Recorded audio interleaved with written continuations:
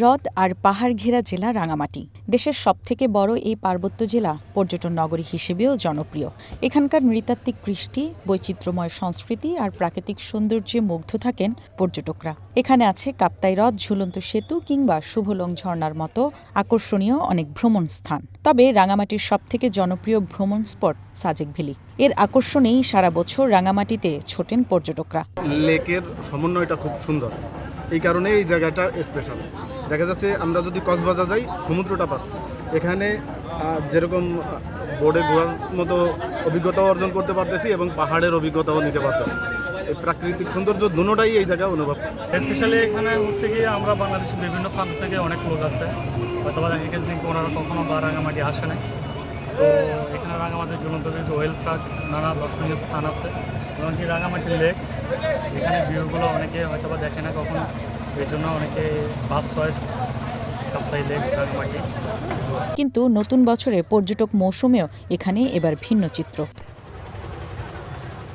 রাঙামাটি সহ সারা দেশে কমেছে তাপমাত্রা। পৌষের তীব্র শীতে বিপর্যস্ত জনজীবন। এর প্রভাব পড়েছে রাঙামাটির পর্যটন খাতেও। শীতের প্রকোপ বাড়ায় কমেছে পর্যটকদের আনাগোনা। তবে শীত উপেক্ষা করেই পাহাড়ের প্রকৃতি আর কাপ্তাই হ্রদের সৌন্দর্য দেখতে এসেছেন অনেকেই। অনেক ভালো লাগছে। রাঙামাটির ঝুলন্ত ব্রিজ, এত সুন্দর জায়গা দেখে আমাদের বাংলাদেশে যে কত সুন্দর সুন্দর জায়গা আছে দেখার মতো, সেটাই না দেখলে পরে বোঝা যায় না। উঠলাম, তারপর পাহাড়ে গেলাম, তারপরে বোর্ডে উঠলাম, মোটামুটি এগুলো ভালো লাগছে। জলরাশির মধ্যে যে একটা ফিলিংস, এই ফিলিংসটা কিন্তু অন্য জায়গায় পাওয়া যায় না, সেই জন্যই মূলত রাঙ্গামাটি ভালো লাগছে। পর্যটন ব্যবসায়ীরা বলছেন অন্যবারের চেয়ে হোটেল মোটেলগুলোতে অগ্রিম বুকিং বেশ কম।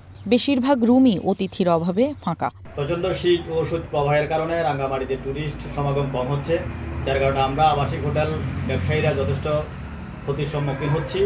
আমাদের আরও বিশ্বাস, শীত প্রবাহ এবং প্রচণ্ড শীত ঠান্ডা কেটে যাওয়ার পর টুরিস্টের সমাগম হবে। গত কয়েকদিনে শীতের তীব্রতা বেড়ে যাওয়ায় পর্যটক কমে গেছে, তবে আশা রাখছে এই তীব্রতা কিছুদিনের মধ্যে কমে যাবে এবং টুরিস্টদের আগমনও বৃদ্ধি পাবে। তবে শীতের তীব্রতা কমলে আবারও পর্যটকের ঢল নামবে এমন প্রত্যাশায় পর্যটন সংশ্লিষ্টরা। রওশন আরা তানিয়া, ওয়ান ন্যাশনাল ডেস্ক।